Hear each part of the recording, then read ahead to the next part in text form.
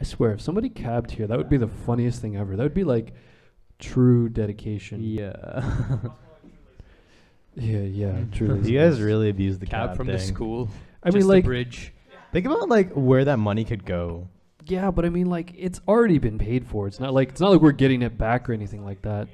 Well, no, I mean like for next year, right? But also, I don't want to walk home alone.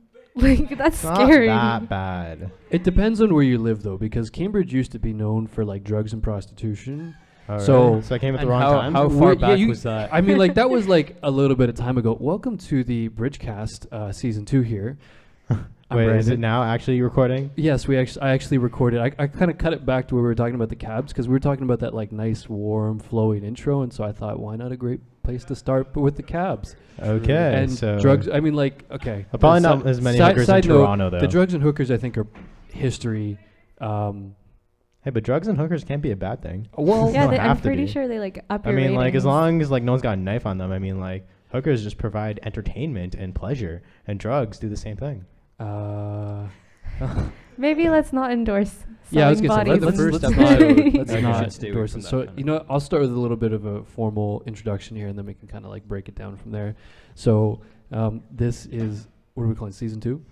Yeah. Okay, we'll call Season 2. this is season 2 of BRIDGECast. For those of you that still remember what happened last time, it was Thomas and I. Now we actually have a whole team, Yeah. which is very exciting, and we actually have enough of a team that we can kind of rotate people in and out, which is also pretty cool. And the way we're going to do the format is everyone's going to have kind of like their own thing that they're supposed to talk about and educate ourselves, and then maybe we might bring a guest in, or maybe we might just talk to the audience if we get a microphone for the audience. That'll be next time. This time, however, it's just going to be the 4 of us talking. So, That'd be a good idea. yeah. What's up? My name is Jay. I'm the Master's kid. I like that intro. I'm the guy that the Master's kids know of as the guy who's doing the space station. Space station. Yeah, because no one seems to really know my name. Well, actually, no, people do know my name, but like I know. when they introduce me to everyone else, it's like, hey, yo, this is the guy I was telling you about. He's the one doing the space station thing. And I'm like, yes, I am. But Anyway. is Jay your full name? No, it's Jazz Paul Singh Gill. Nice. Nice. It's okay. My name's not actually Aussie. It's Osman, but nobody can say that, so I go with Aussie. The Wizard of Oz, okay. Yeah, well, Osman is like not the proper pronunciation, so I I'm just sure go if with you Aussie. taught us, we'd be able to do it. Okay, try saying Usman. Usman. Usman. Usman. We Damn just it. did it. That's pretty. I mean, I'm not saying it's pretty easy, but it's like What? introduce Ooh. the what? Is Just it? like It's the O, ooh? right? Yeah. It's like Ain OS. Uthman? Oh, but that's like Arabic. That's Yeah. like that's just like on a whole different level. Like, let's not go there. True. Wow. Oh. Well, I'm from Pakistan. It's But like technically Indian. Almost. Once all upon right, a time. that's another controversial And topic. the- which Getting we won't- closer. I'm not Indian. Well, you are though. Yeah. right? Yeah. Well, I'm I was born in Canada, so like. Okay. that Anyway. doesn't count. we need a And your name. We need a name is- name. Oh, my name's Poorna. Sup? Sup. Yeah. Sup. Yeah. So like. So like, who not- are you? Oh, Where are yeah, you from? like- Oh right, I'm a first year student. Yeah, that'd actually be really. If you didn't know that already. Yeah, we could all tell by your voice. Yeah. Yeah, just it was first year. Actually, that's the thing I love about the first years is like, well, like all of us upper year students have been like pretty battered by like all the projects and stuff, so we're just like scowling. And the first year's kind of not walking like, oh, necessarily. this is so lovely. I mean, like, oh, the school is great, and wow, this is, and we're just like, ah. I don't sound like that. First years. Kind of do. Not gonna lie. No, You know, no, I I love their don't. enthusiasm. It like gives I me mean, like, energy. You Like, haven't and been it- here for a while. Is it really that bad at Waterloo? I'm not saying it's bad. It's just it's taxing. We Uh, have we have an Oh, we have a new an guest. An or- audience member. audience It's just guest. arrived. Wow.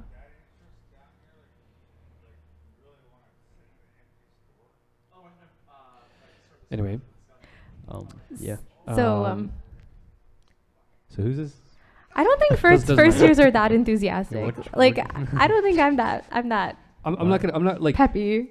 you guys don't think you're peppy, but like when you get to 3P and you're gonna look at the first years, you're gonna send me a Facebook message that's gonna be like, Brandon, these first years are so peppy. I can't even believe like. I'm not saying it's a bad thing. It's just like it's a defining characteristic. Like the other day, I was talking to somebody in my year, and they were like, "They look like children. Like they look like they're like grade 9, Did they just get younger, or did we get old? I'm like, we got older. It's okay. Like, Oh yeah, because you guys don't have things to do outside of the building.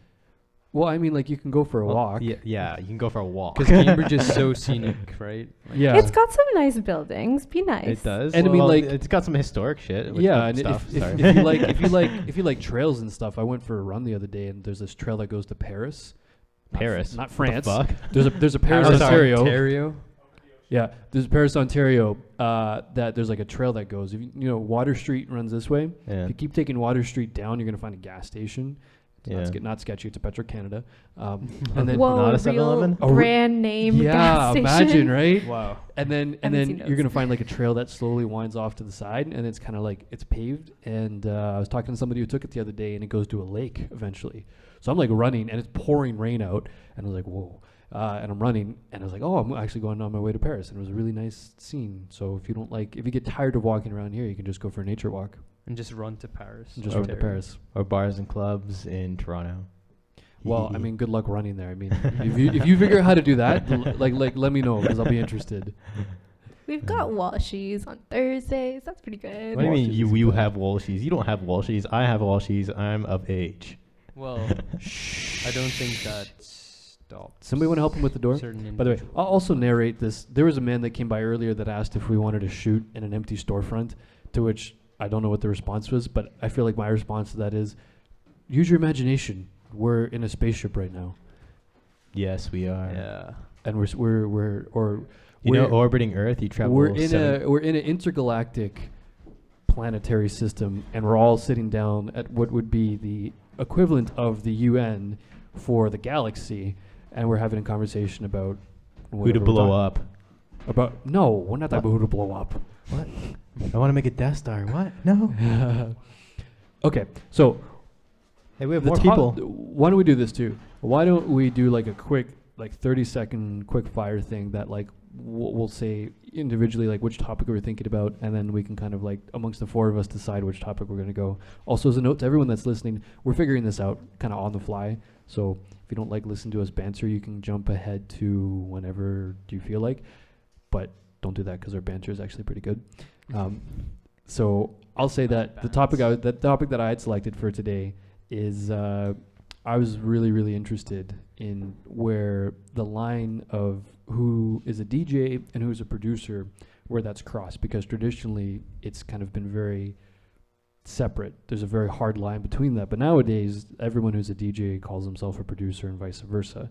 And the point of reference I'm using for this is the latest Disclosure album dropped last Friday, which we'll get into a little bit later, but that's kind of where I was going to take my time later. Poorna, what were you thinking of talking about? I was thinking of talking about the muzzling of scientists in Canada over the last 5 years in the Harper government, Right. which is very relevant as we're about to vote. So that will be pretty exciting. Okay. Nazi? Yeah, so I read an article. Just a little closer to the mic, Ozzy. Sorry? A little closer to the mic. Oh, okay. My bad. That's much better. Yeah, so I read an article about this author who's arguing that bedtime stories are the key to literacy. And the author thinks he's like all that. So, I mean, So you disagree with what he has to say? I do disagree because my parents never read to me, and I'd like to think I turned out okay. I mean, I could be completely We'll wrong. see in the but next 5 years. Yeah, we'll see. We'll see in the next hour Anyway, here. Yeah, so that's my topic. Okay, so And Jay, what were you thinking of talking about today? So I guess I'm gonna talk about Singapore. Okay. Has anyone ever been to Singapore? I guess. I Yep. have. Yeah. Okay. No, I've never been to Singapore. Wait, who's gonna start this off? Me, you, or whatever? Well, do we want to start on a serious note, or do we want to end a serious note? What? Oh, Let's sandwich the serious. Let's sandwich the serious. Okay. Okay. Ozzy, why don't you tell us about reading and bedtime stories? By the way, I did read your article too, so I have my opinions about this, but I want to hear what you have to say first. I haven't read okay, this, so tell me. so basically, in The Guardian. Little The closer to the Guardian. mic. Okay, I'm gonna get better at this. Anyway, Okay, practice. Basically, so like you're kissing the mic. Like, No, well, No, that's gross because then when someone else goes near the mic, it's just like it's like a Okay, polyamorous so mic. Cottrell Boyce, who is apparently an author, mhm. believes that parents are just too busy these days to read to their children, and therefore their children are going to have really low literacy rates. and will have a lack of imagination and etc., which I do agree with. However, perhaps the title of the article is misleading because the title is literally "Bedtime Story is Key to Literacy," which I don't agree with. Okay. I would agree with that. I would think that the point of saying that like bedtime stories are the only way that people are going to be literate, that's a little misleading. But I think as a headline, it grabs your attention because you're either like, oh yeah, I totally agree with this article, or that's not accurate at all. So, yeah. But anyway, continue. Right. So Frank Cottrell Boyce is quoted as saying, "The joy of a bedtime story is the key to developing a love of reading in children." Now, I would disagree because, as I said earlier, my parents never really read to me Okay. when I was a child. Yeah. But I mean, they did buy me books and things like that. So that kind of developed the love of reading for me personally. Yeah. And I also think it's a cultural thing because I grew up in the Middle East. Right. And sort of Asia. Yeah. And I don't think that culturally wise, parents really do that for their children. I think it's more of a Western sort of idea of reading to your children. And none of my friends, I mean, their parents didn't read to them either. Right. And they were fairly literate. So did you guys like wind up like reading to yourselves then? Like how did you learn how to read if your parents didn't teach you how to read? I mean, I guess we started in school. So they taught us the alphabet, obviously. Yeah. And then we read a lot in school, like in kindergarten and stuff like that. Sure. And I guess I had a knack for it. So then I started to read more, and then I asked my parents if I could get these books, and then that sort of kicked it off. And my parents obviously endorsed it because, I mean, I wasn't like watching TV. Right. Okay. Wait, so does the article actually say that like you will never learn how to read, or is it you'll never learn to love reading? I think it's never learn, or I don't think the author actually says never. Okay, but like I think it hinders your love for reading, and like it promotes a lack of imagination in a child's mind if they don't read. And I don't guess really think that would have an effect on reading so much as like enjoying stories. Mm-hmm. You know what I mean? I mean, like if you can enjoy a great narrative in the form of like a movie or even a song or a poem, right? Mm-hmm. And I feel like that could be like enlightened more so maybe at a younger age when people are actually reading to their kids. Right.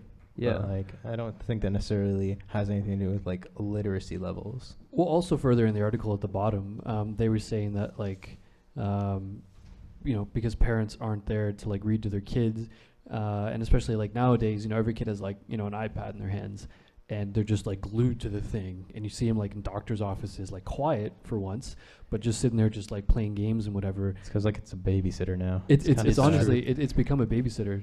You were gonna say something? Well, we grew up in a generation where like TVs were the babysitter though. So I have a lot of friends who are older and have kids right now, and I don't see that happening to those kids. Like I see them pulling out the old books and having conversations with their stuffed animals and doing all the things that you would expect a creative and intelligent child to do. Right. I'd say that's a rarity though. I would agree. Like I don't know if it's part the education of the family in terms of like understanding that like, no, you can't give your kid an iPad with internet access to everything. I mean, because that's not really great.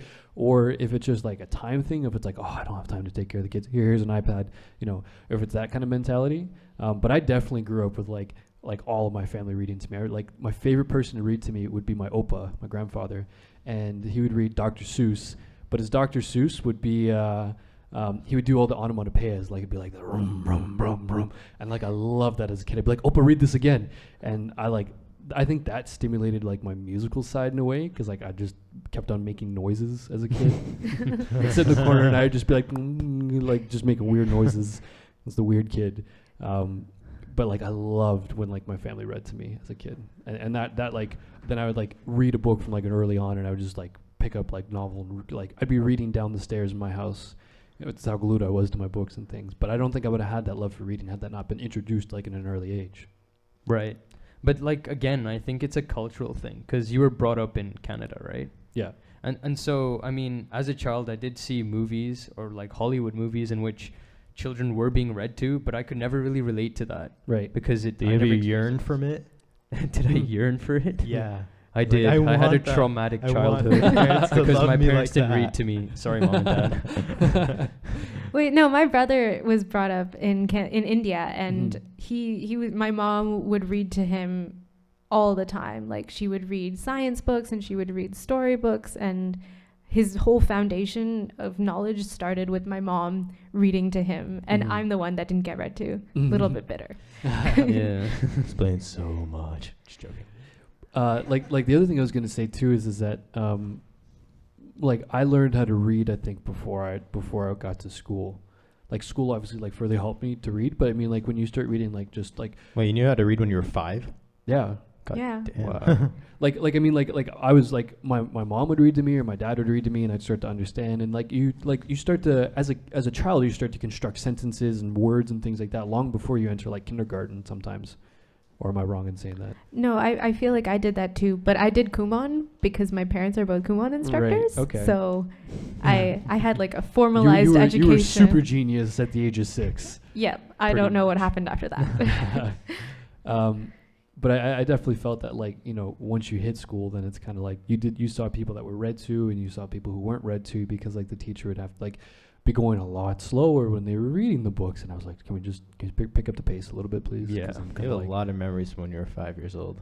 yeah, there's like a point in my life where it's like, oh, I remember as a child in like a blackout when I was like in middle school, and then it like kind of picks up back from there, and it's like, I think we all try to forget middle school, so it's yeah, fine. yeah. But do you think technology is the main reason that children these days aren't reading as much as, say, we used to? 100%. 100%. Like, I think Jay, I'm not going to make you guys sound too young, but like, I think Jay and I might relate to this a little bit more. Like, growing up, like, cell phones weren't a thing until you were in like middle school or like even High like school. even high school. Grade yeah. 12 high school, I got my first cell phone. Really? Yes. Okay. Nice. Well, I mean, like, I think I got mine in like grade 8, and that was for other reasons. But like, I mean, the only other way to entertain yourself was like run against a wall, go play ball hockey in the street, climb a tree, I miss those days. watch TV, or like read a book. And you got kind of tired of watching TV after a while, so like you have to go and do something else. Versus I think like on the technology side, you know, kids can just like, oh, I'm just going to play a game. Oh, I'm going to watch a movie. Oh, I'm going to read something. Like everything is kind of in their hands, and there's not really a reason for them to kind of like put it down and go outside. Did you ever like hang out with your friends or play board games? You kinda Yeah, miss yeah. those, Friends like- are Yeah. overrated. Just saying. Ooh, loner. No, but if you think about it, like as like society's gone older, there have been like more like creative techniques to capture our attentions. Sure. Right? Like if you look at World War I, you know what got people to go out to war? Putting up a freaking poster. Yeah. Like a poster, not even an ad, not even something on TV. A Yep. poster Yep. motivated people and shocked people enough to go to war. Right. Right? Now you put up a poster, like a 3-year-old look at that and not even care. Yeah. Right? Yeah, but I mean, So- at the time, I mean, I'm not saying a poster was the most technologically advanced means of visual communication, but it but would have wasn't been. it? No, yeah, it would have been. It It would have was. been. I mean, it would have that's been what like I'm saying. And then like yeah, now, you see, like TV has evolved, like laptops have evolved, games have evolved, right? To Mhm. be like more eye candy, right? But books have stayed the same. They've stayed the same kind of narrative that they've been its entire life ever since like the Dark Ages. Or even before that. but Yeah. and would you say the appeal has stayed the same, and our just like our responsiveness to it has gone down, or Yes. has the appeal decreased as well? I feel like the bar set for our appeal is like so much higher, Yeah. and it stayed the same. So that's why like I haven't read a book in a while, like unless someone's told me. Like I'm in masters now, so I'm reading a lot now. But like Mhm. I'm reading because I have to, not because That's I You enjoy want it. to. Yeah. Although I I do enjoy reading. Mm-hmm. I find that a lot of the books that are marketed to people who are in their 20s are just, the new written books are just horrible and haven't been well thought out, like an old Tolkien. I mean, Tolkien's not really my favorite, but Well, even like a Jane Austen book, Mhm. there's at least a plan to what you want to say before you start writing. And I feel like with these newer books, it's how many times can I say the same story to create a series so I can make more money? But that's the beauty about books, because like there's so many new books coming in every year, and there are so many old books that you have access to, Yeah. going back 200 years that you could still read Mhm. and are still relevant now. Like what's that movie that Bridget Jones's Diary is based off of? No idea. There's Pride and Prejudice. You can still read that. It's an old book. Mm-hmm. Yeah, and I mean, like, I was gonna say on the point of that too. Like, I know that you learn this probably as you go through like ICO, cultural history course that we take. That a lot of the books you read like weren't accepted at the time, or like, you know, people didn't agree with the way they are. So maybe a lot of the books, I mean, I do agree there's a certain like commercialization that's happening now in our age of like everything, like something new gets turned out, and this will be a good bridge into the next thing that I'll talk about. But like there's this massive commercialization of things, and so when an author can churn out 10 books in a year, that means more money to the author, that they're trying to put out a good amount of stuff, but there comes a point in which like you have to sacrifice some of the craft in order to be able to do the craft. And so I think that with like a lot of books that have like series that they'll try and pump them out in like a year or two, like I think that's where some of the craft is lost in order to be able to sustain themselves to continue the craft. And the same could be said for movies, I guess, off those franchises, right? Yeah. That's why, like, you have one movie and then the final movie in, say, a trilogy is split into two just to sustain that. Yeah. Like I was talking with somebody earlier today about the whole Hunger Games. They split the last movie into two, and the first half was a setup for the second movie. But like, you know, they both made money. They could have really condensed them into one movie, you know. Yeah. I'm going to throw a red herring into this one. If, let's say, children are only reading digital media on a more go-forward basis, do you think they're going to become more literate, or do you think they're going to become less literate? They're going to be, like, their level of reading and level of comprehension is probably going to go down because the internet is, like, uses very, like, laymanic speech, right? But they will know more things, more general knowledge type things. Because I mean, sorry, go. No, I agree with you because like a lot of text on the internet is written by anyone versus if you read a book or if you read a text like a textbook, then you're getting knowledge from someone who's specialized in that or someone who's sat down and written with intent versus writing on an impulse. Yeah. So you're saying there'll be like a reduction in authenticity of the text you're reading. Not authenticity, but like poetics in the text. You know what I mean? I mean, like if Like you look the at Shakespeare, contemplative for nature. example, like, well, that's an extreme example, but like the entire play rhymes. Yeah. Yeah. Like, have you ever written something like that? Like, I can't like rhyme. written I something mean- that's not like a rap or a poem, have like significant cultural impact, and the whole thing rhymes.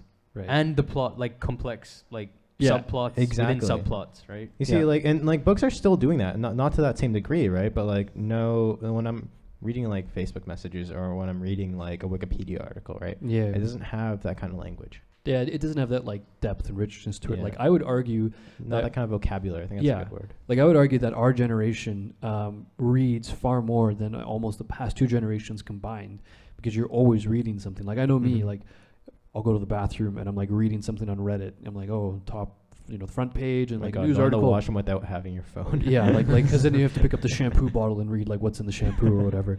But I mean, like people so are, weird. people are. Yeah, well, I mean, like when you're bored and you're just sitting there for like 10 minutes. You're like, what am I gonna read? I mean, like could like. Yeah, We bathroom won't talk magazines are about dead your now. I don't know if that's very bathroom habits. sanitary, but But Oh. anyway, the point I'm trying to make is that like our generation always is reading something. Like you look at somebody, they're on their phone 9 times out of 10. They're reading something on Twitter. They're reading something on Instagram. They're reading something on Facebook, or they're reading like an article, or like they're always consuming something. Like we're become more of like I think a consumeristic kind of culture that. Even though the text that we're reading doesn't have that level of vocabulary and that depth and richness to it, I would argue on just like a per word basis, we've consumed more in that sense than our parents have almost in their entire lifetime up until this point. would that mean that we would be more literate? I Well, what disagree. defines literacy? Is literacy just Mhm. the ability to read, or is the literacy ability to form complex thoughts and write those down? I think the the latter. latter. You think it's the I latter? think it's more like comprehension Yeah. of the English language. Because you could just listen to someone speak, memorize what they're saying, and then just spew it out without understanding. That you're not literate if you do that. Yeah, I would agree with that. Well, seeing as there's a bit of a break, I think I would take this and to go back to the idea of commercialization. It's a great segue into DJing and producing. The points that I was going to make about this is that Disclosure, one of my favorite duos, released their latest album called Caracal on Friday, and it's got me thinking because I follow a lot of DJs and producers because I DJ on the side and do a little bit of producing, and you're always looking for like new music, and so this kind of goes back to the commercialization of things. Like an artist 60 years ago, they would like drop a record and like they could like ride on the tails of that for like 5-10 years almost, right? Now somebody drops something and a week later it's old, it's gone. And so the role as a producer now is you always have to keep churning stuff out. If you're a producer and you have a SoundCloud page, you always have to be putting a remix. Can you just differentiate between a producer and a DJ? Sure. Okay. So a DJ is somebody who combines music in a live setting. So when you go to a festival or something like that, there's going to be a DJ on stage, and they have like traditionally it's a left deck and a right deck. So then you have song A and song B, and you find creative ways to try and combine them, and then you can like chop up a song and combine pieces, or you can combine just the vocals of a song with the instrumental of another song, and you kind of like make your own live mashups, or like you essentially almost produce on the fly. And is that considered a remix? It depends on who you ask. And that's also a subjective thing. So traditionally, a DJ would be somebody who would have to buy a vinyl record, and you would have your 2 vinyl records, and you would be mixing between the two of them. And a producer would be somebody who would sit in a studio with lots of keyboards and lots of synthesizers and like a mixer that's 100 times the size of what I have here, and they would be the ones that would kind of like they would assemble the percussion for the beat, and they would assemble then the vocals, and they would like pitch tune everything and be very like mathematic and very scientific almost in a way. And the DJ who would be somebody who just play a record, and when that one was over, they'd swap it out for another one. Now that line's kind of almost blurred because DJing equipment now is like become more sophisticated. You can do more things that are almost producer-like on stage. So now people are almost calling themselves DJs and producers at the same time. And I personally feel that line that's detracting away from the distinction between the two of them. Is there still an element of improv in DJing, or has that? So on that, there's 2 types of DJs. There are those that just press sync, which they press sync on their controller, and the laptop does all the work for them. And so those are the more like commercialized DJs that I don't really disagree with what they're doing. And then there's the more traditional DJs that are always finding creative ways to combine music and things together.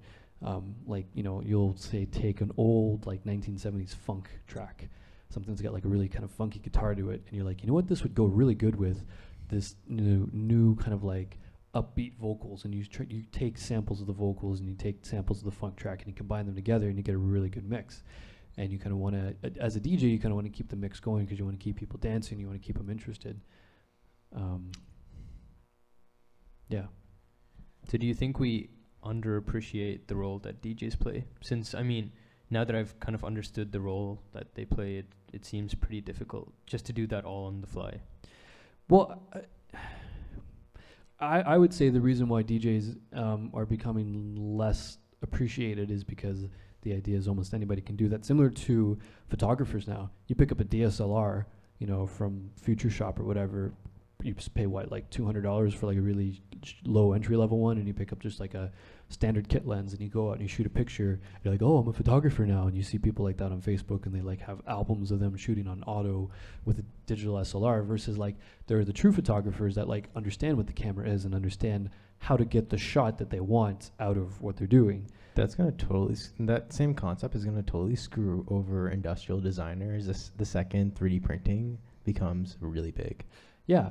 Because anyone can pick up SketchUp, anyone can use SketchUp, anyone can press print. Exactly. And that's this whole same kind of analogy of everything is kind of where I would connect to DJing, because like you can go into Best Buy and buy like a cheap like $200 controller for DJing, connect your laptop, through your library from iTunes, and just press sync and have the laptop do most of the work for you, and that's it.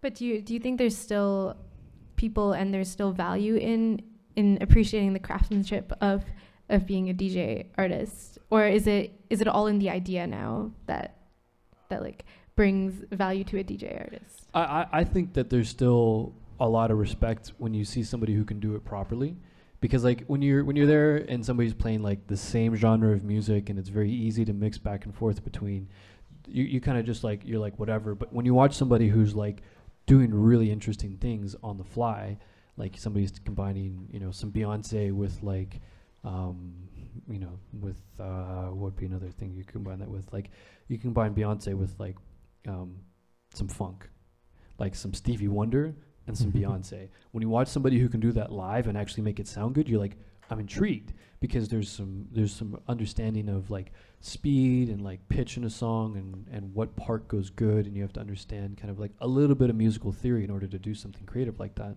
Wait, I have a question then.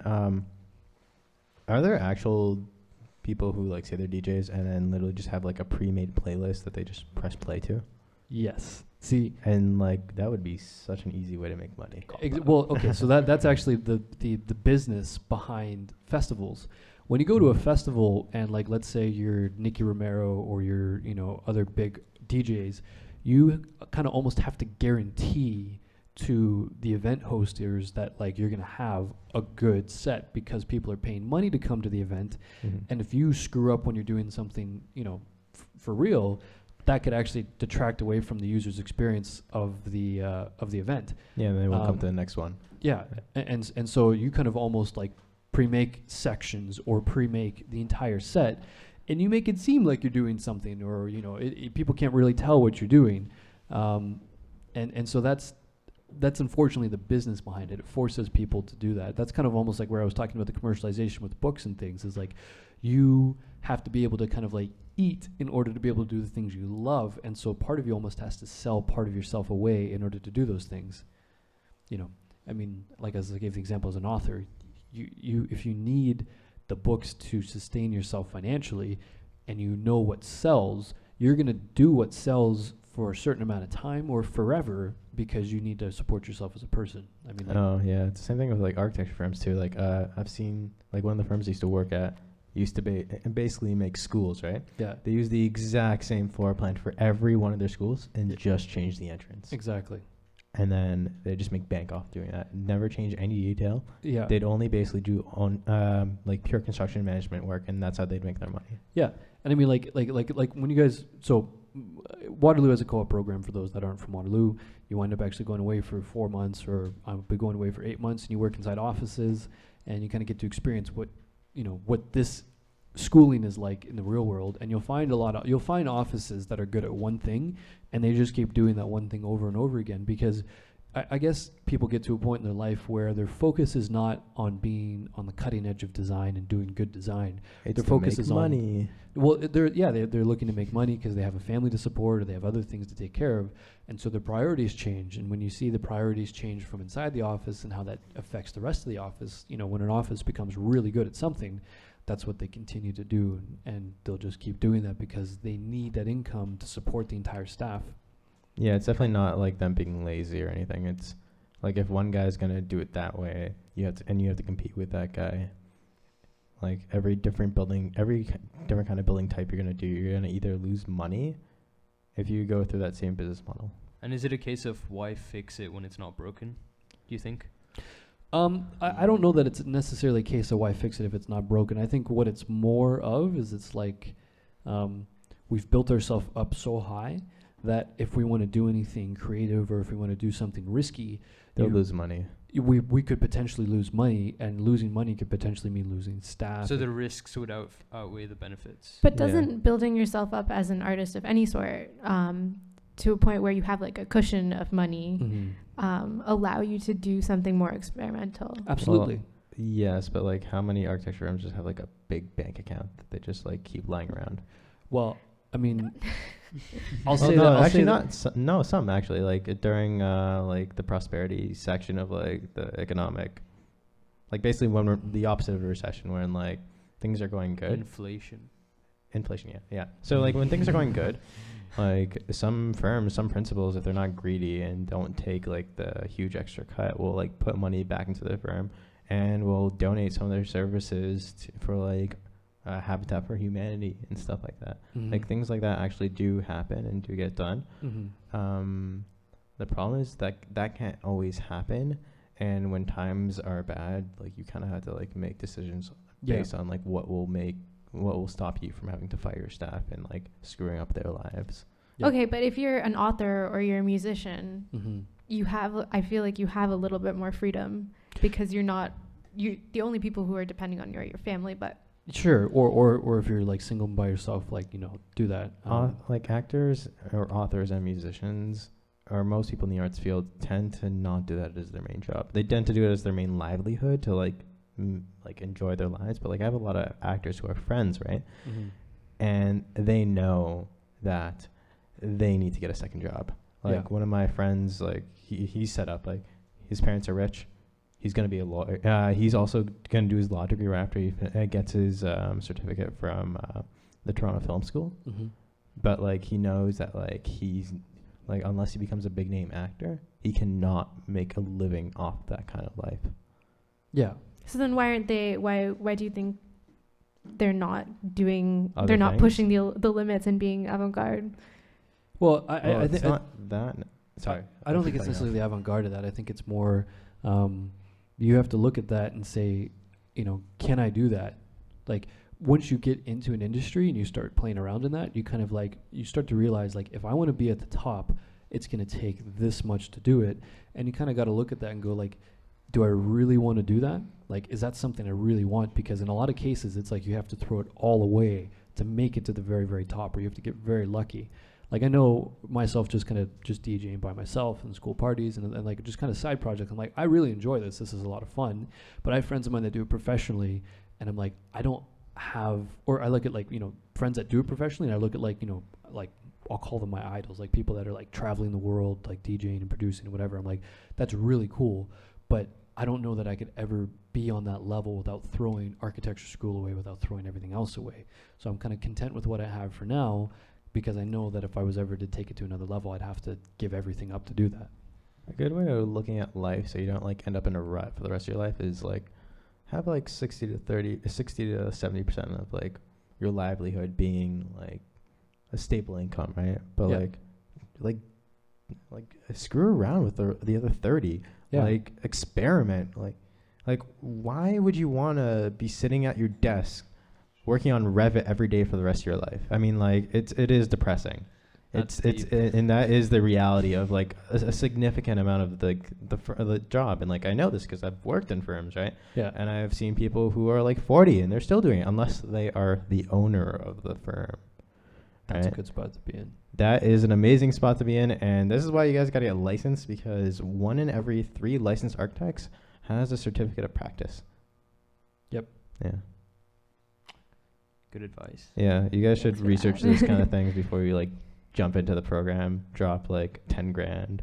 Well, I mean, like All right, that's really reassuring. I would I argue, didn't know this when I was first year. Sorry. I would argue that like you'll find these things out as they develop, but it's also good to kind of keep abreast about these things. And I would agree with like with what Jay said, like, you know, have a steady income of something that like, you know, that you can always count on, but like go spend the rest of the time doing something else. Like I have plans, a secret plan to shoot a movie with a friend of mine in January. I know Totally nothing- It's secret. not so secret anymore. Well, I mean, I Yeah. didn't give you my pitch, but like, but like we plan on shooting a movie, and it's actually going to be pretty good. The storyline's good, the idea for cinematography is good, but like I know nothing about cinematography or filmmaking. I'm like, that'd be cool if I could totally do that. It was the same thing why I picked up DJing. I was like, school is cool, and like you should do school and like co-op, and like when you start working, like that's important, but you got to have something else in your life other than that, because if like you turn into the person who's just sitting there 9 to 5 every day, You will every actually week, hate your life so you'll much. you'll slowly go insane. When did you start DJing? When I started Kobe, when I started DJing, Kobe's an audience member. Hi, Kobe. I think Yeah. I started DJing like end of first year, beginning of second year. Yeah, it was really funny. My first gig I did was on a tablet. I had like this really crappy Android tablet, and I connected it to these speakers that are actually out here, and like it was the Christmas party, and it did not go well. Like Was that last year? Oh no. this was like 2-3 years Oh, ago. okay. now. Because I This heard was last like- year's Christmas party was amazing. Yeah, was it? I don't know. I wasn't there. No. I was good. Sorry. I've been here for sorry. I've been here for 3 weeks. Same. No, but like I did the Christmas party, and like I got really, really tipsy, and it just like when you're DJing and you're performing in a way, so you kind of have to keep like a certain level of sobriety about yourself, because once you like go too far past, then it just all sounds like garbage and whatever. But Well, I can't be a DJ then. You can say that again. And then like from there, I was like, oh, I really like this, and so I bought myself a better controller to kind of mix with and play with, and like once I got good at that, I was like, oh, I'll buy up and upgrade to something else like that. Like as an architecture student, because you're always surrounded by creative people, you're always kind of being introduced to different fields and things like that. Like I never was into photography when I was in high school, but just because you're here and you have to take pictures of your models, you have to do some site documentation, already you start learning about photography just beyond just on point, shoot, click, picture. You kind of learn like what aperture is and shutter speed is, and you get introduced to other fields. So if you start to really like something, kind of chase it for a little bit and just sink a little bit of money into it. And if you like it, then you can spend a little bit more money on it, and you can kind of just build it up from there. Or if you get to a certain point where like, I'm good, then you can kind of go chase something else. Yeah, the good thing about going through the school is that like it will give you the kind of work ethic that will school any other program. Like it won't make you smarter. Basically, basically a slave to the work. Yeah, well, yes, but like, I mean, like, but we're definitely not as smart as engineers come out of when they finish school, but we definitely have. No, we're not. We're not. Those guys are geniuses, but like, we can definitely put in more work than they could on anything. Yeah. Especially if we like doing it. Yeah, and also too, like you learn like the amount of grit we have is amazing. Yeah, and you also learn how to problem solve through design, which is something that most people don't have. Is like it doesn't matter what you touch, but already you're like, how would I solve this? And you start to kind of design a scenario in which you would resolve something, and already that's a lot of work that most people don't have. Like as the architect, traditionally you're the master planner. You have to know enough about every individual little field in order to be able to kind of make your vision come true in a sense. Like I don't remember quite what the phrase is, but it's like skilled in many, masters of none, or something like that. Like jack of all trades, jack of all trades, master of none. Jack of all trades, master of none, but better than master of one. That's the saying. Yeah, so that's to say, like, as an architect, like, you'll know about mechanical engineering, you'll know a little bit about electrical engineering. You can't be an electrical engineer, but your knowledge of everything allows you to start to shape your solution and your design and everything else like that. Not only that, like, learning about those kind of fields make it easier for you to segue into those kind of fields. Like, for example, I'm doing space station architecture.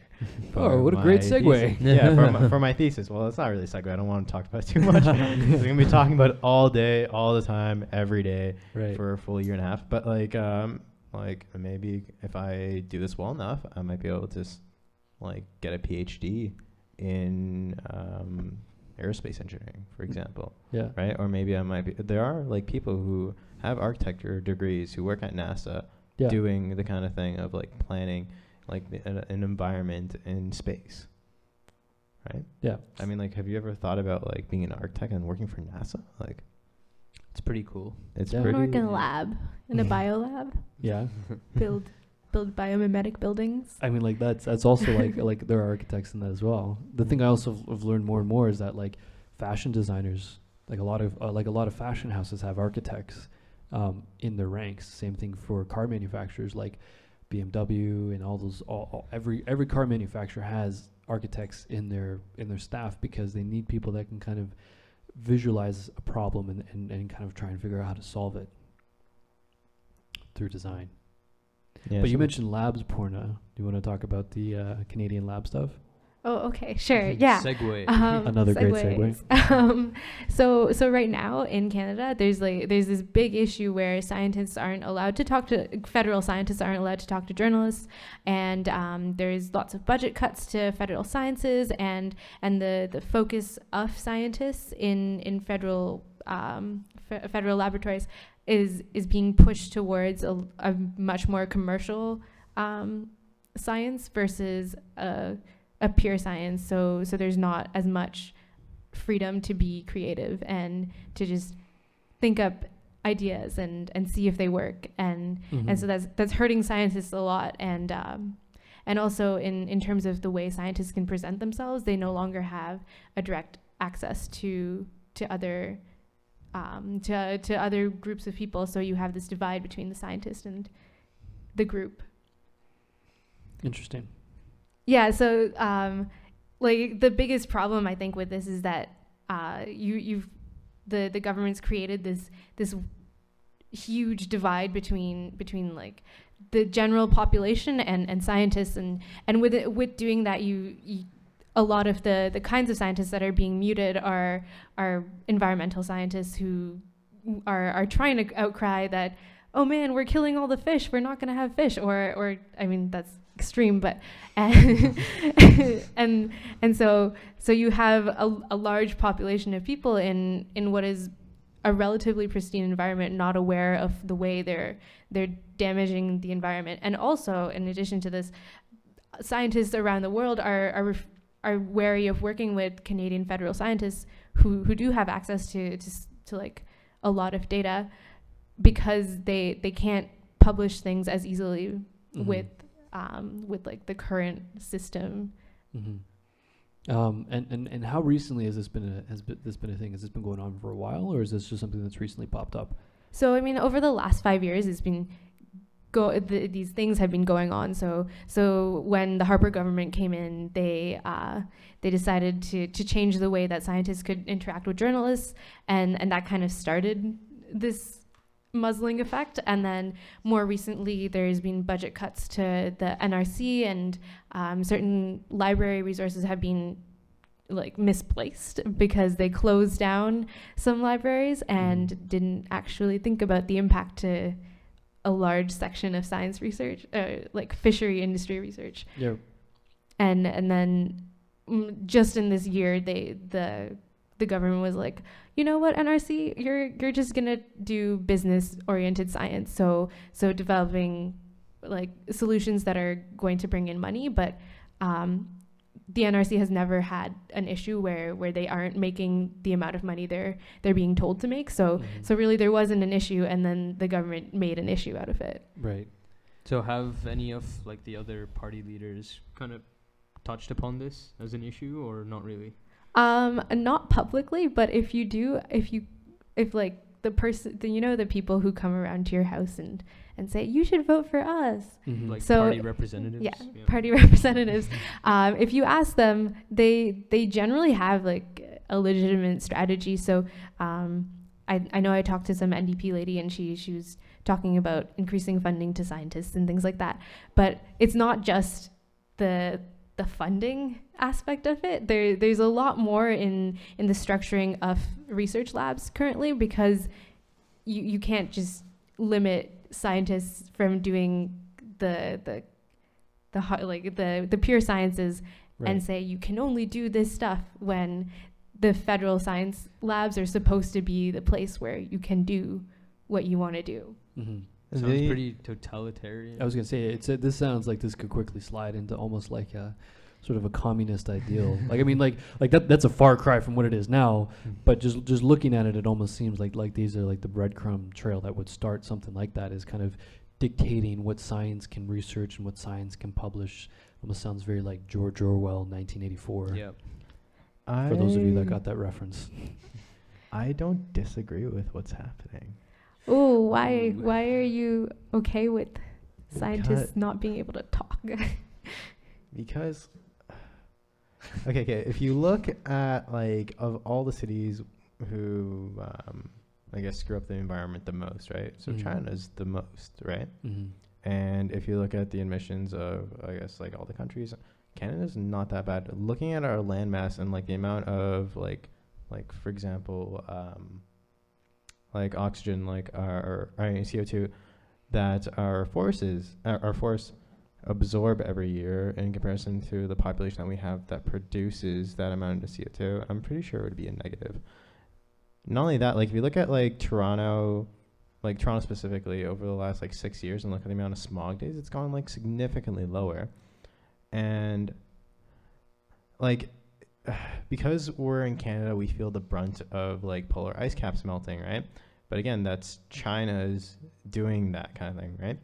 And the reason China does that is because China is a growing nation, and China has to do that. Like every other country had to do that to get to where they are now. Sure. And even Chinese people know that like yeah, we're screwing up the environment. Like it sucks living in Beijing. Like the amount of stuff that clogs your nose like every 4 hours is nasty. It's kind of fucked up. So, yeah. Sorry. Anyway, so like China's getting out of the generation of industrialization. They know that they gotta like lower the emissions, and eventually that will happen. And then the next country will be the next person to like burn a bunch of fossil fuels and stuff, and then what will end up happening is it's just a cycle that every country has to go through. And right now, like, it's bad because the biggest country in the world is the one doing it. Right, but let me ask you this: we went from like silencing Canadian researchers and Canadian research organizations to talking about emissions. I'm trying to understand the link that you were trying to bridge between the two of them together. Because Canada holds the Arctic, we feel the brunt of that. The brunt of like global warming, for example. Okay, fair point. But we shouldn't tell scientists not to tell other scientists in the world that maybe we should do something about global warming. I mean, even if a country needs to industrialize, there should be more research into more research and more transparency into data that's being collected, and how we can improve as countries that aren't developing. Well, if you were to tell like a country like China not to build the way it is, right, and not to house their population, like imagine being that one guy who's like, you know what, like, sorry, environment minister says like you can't do this, so like you're gonna be homeless. Okay, right? but I feel like we're kind of splitting off into two different streams here. Like, as a Canadian research, corporation, lab, what have you, the information that they're researching and then they're publishing, like the problem. Well, they aren't even publishing or very not, much or anymore. not even getting to the point of publishing things, but like, why should that be silenced? And I'm still trying to understand your connection back. Because then, like, Canada will freak out over a problem that isn't its. But okay, so that was just one example. One of the ones that shocked me a lot when I was reading about this is that there was a female scientist, and she was going to go talk to a group of girls in high school as for the women in engineering science type stuff, and she was prevented from going to this because she works at a federal lab, and so they needed to see her speech or something before she went and told a whole bunch of high school girls that they should become scientists, or if they wanted to, and not feel intimidated about that. So like the level of muzzling is just ridiculous. Like okay, yeah, that's kind of insane. Yeah, and then another in another part of Canada, the library that was closed, it wasn't even a public library. It was a whole bunch of records on fish populations and fish spawning, and that was all key information to one researcher's stuff, one researcher who was researching the spawning of cod, which would have helped the fishing industry. And then now it's just gone because the government was like, oh, we're not making money on this. So it isn't just, oh, let's keep the environmental scientists a little bit quiet. It's let's do things which don't make any sense and hope everyone's okay with it. Okay, but I feel like, especially our generation, has like this thought that like the government is out to get us. Like I feel like a lot of people can agree with that. That like the government is evil, like they're doing like crazy things to destroy us. Like, no, the government's here to help us, right? So like usually, like when things like that happen, I guess I'm gonna assume that these are isolated events, right? And like things happen, and sometimes like because you have like such a complex system like the government, like this is like the biggest. Like this would be like on par with like the biggest company in the world. So like, or biggest company in Canada. So like look at Bell, look at Rogers. Like you get customer service from those guys. It's the same thing. It's a complex system, and because of that, like certain things go through, certain things don't go through. But it's not. But at the end of the day, it's almost like for the greater good for like us to like for example at Rogers, for us to actually get service. Okay, maybe Rogers and Bell are not the best examples because everyone hates them. But like again, like the government's not evil. They're not out to get us. I don't think they're evil. They're usually doing these kind of things for the greater good. Right, but I mean, like just kind of taking a step back and looking at that, if they're like on the extreme example, like this starts to tiptoe quietly into kind of communism. I mean, like I agree, the government's not out to get us, and like especially for living in Canada, we have a pretty tame government in terms of like radicalism and in terms of just general policy making. Like when you look at other parts of the world where people live under dictators and things like that, like the government's out to get them in that case or whatever. Like they don't have the people's best interest at heart. So I can argue that Canada as a whole probably has better interests of the people in mind. But I mean, I do have to wonder, like, you know, if a government is going to start to say, well, you know what, like, let me just pre-screen your speech to talk to like young female scientists about being a scientist because we're concerned that you're gonna like that almost starts to feel very like North Korea, sort of like, you know, patrol and cyberism and things like that. You guys don't know this because you're an undergrad and you didn't get this talk from. You guys don't know this because you guys are an undergrad and you didn't get this talk. But so as grad students, we have to do some research on our own, right? Sure. And one of the things we have to do, might want to do, is survey people, right? Sure. There is a crazy like process that someone has to go through Waterloo to survey someone. You know why? Because back in the day, like the Nazis like experimented on human bodies, right? Okay. Or like in the United States did the same thing, right? Yeah.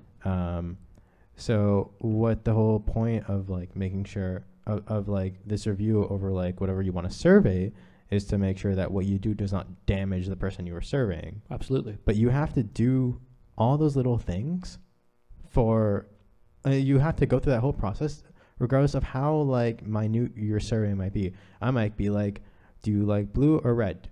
That could be my survey, right? Right. I have to go through that same 3 to 6 week process Wow. through the University of Waterloo, or else my research will be rejected. And like I understand, and if you really listen to the talk, like you understand why. It's because like, say, so like they don't want people asking like damaging questions. Like, would you, like, if you had a child Mm-hmm. and it was born with a deformity, would you abort it Mm-hmm. after it has been born? Mm-hmm. Right, like things like that, like emotionally damaging questions. Like they don't want people asking those kind of questions, right? Sure. So that same logic is applied there. Mm-hmm. But it's not within the researching that it's applied afterwards, when the research has sometimes even been published in credible journals, and then you can't talk to a journalist about, if you were a scientist, you couldn't talk to the journalist about an article that might even be in the public domain already. Like it's just a ludicrous process in which the scientists can say stuff to certain people but then not to others, and both would cause would become public knowledge, but then in one way you're prohibited from doing that, and in the other you're okay. But it doesn't make sense the way the process has been created. And this is only in the last 5 years that they decided, okay, we're gonna have this very long process so that scientists can talk to journalists with like a Harper phrasing in mind. So it's it's very Orwellian. Like I totally agree with you, where it's just a little bit concerning when to be able to talk about nonpartisan issues, you have to go through this entire process, and then sometimes even miss the option to talk to a journalist because the article deadlines just pass before anything can happen. Sorry, there's a dog barking outside. It's a little distracting. Apparently, it's really small. Really, I love dogs like that. Yeah. Anyways, it's a very different issue when you have to go through a process to protect people before you interview them, versus a process in which you're prohibited from speaking about something that's already in the public domain. okay, but what if like that thing was emotionally damaging? Like say like, But hold on, like we'll go back to the example of the fish. Like, do you think to an extent it's a freedom of speech infringement? it is. I mean, definitely. yeah. I mean, like I'll try and tie some of these points together, as we're gonna have to close here pretty soon. But I mean, I understand Jay's perspective, where it's like there are certain procedures and protocols you have to go through to ensure that, you know, you are asking questions that can be okay to publish, and that the people that you're interviewing are going to be, you know, all right with that. And then I also understand where porn is coming from, where you're saying, but like people should be able to talk to them. And then I think there's also like a bit of a balance between the two of them, because as a journalist, you know, you can have an interview with somebody, but like you're kind of editing an article. You're not going to give like verbatim what the researcher said to you. You're going to tailor it a little bit. You're going to understand your audience, your fan base, whoever reads your stuff, and you're going to kind of maybe say some things a little differently. And you know, maybe the person's research may be misconstrued in a way. So I do think that currently, as my understanding and how you've explained it, it is very Orwellian in terms of how they're saying like, no, you can't talk to anybody without, or you'll be silenced. It kind of like, that's a little like, and fired. Like that's a little like communist, like 1984, like North Korea. Like that is like, we do that in a democratic society.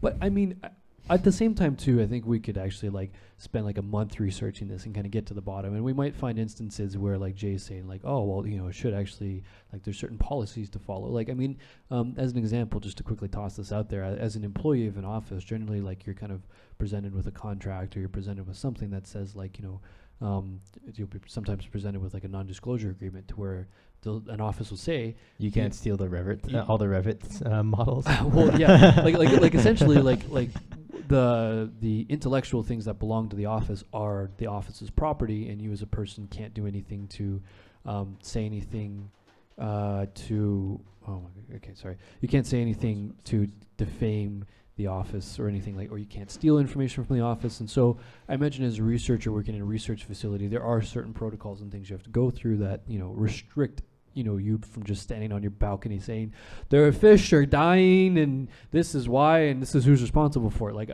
I'm almost positive there's some sort of procedure and protocol for that. But I do agree that from how it's being painted at the moment that they should be handling this a little bit differently, which will be interesting to see how that comes up in party platforms with the election coming up here soon. Talking about communist societies, I guess this could be a segue into Singapore, which isn't communist. It's technically democratic. Okay. Okay. So what do you guys know about Singapore? Like, just right off the bat. Well, It's I'm going to super ask clean. if we could almost save Singapore for next week, because we've already Oh, hit yeah. an hour. Oh shit. Okay. Right. And I don't want to go past like an hour or so, because then, you know, I mean, we could go on this for like 2 hours, just seeing the way we're all talking here and everything. But I think we should kind of start to wrap it up right now. And we Okay. can definitely bump Singapore to next week. Okay. Sorry, Okay. man. I really wanted to talk about it. Yeah, we Can can, you we can, have it we next can week? tell, like, we can sense the passion in your voice. I know. Just dying. That to was the talk whole about reason it. I came. So actually, the whole reason I was part of this, actually. But I'll just like a couple notes to wrap up here for next week.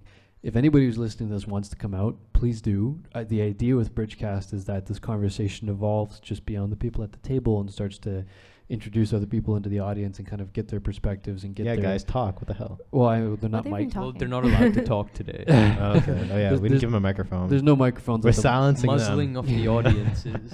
There's no microphones This at the is moment, wrong. but eventually we'll get it to a point, hopefully next week, where we can have a microphone just to freely toss out into the audience and kind of see what people's reactions are, what their ideologies are, and then hopefully this expands beyond just the architecture school. Because I mean, we're not sitting in the architecture school where it's all locked up and key.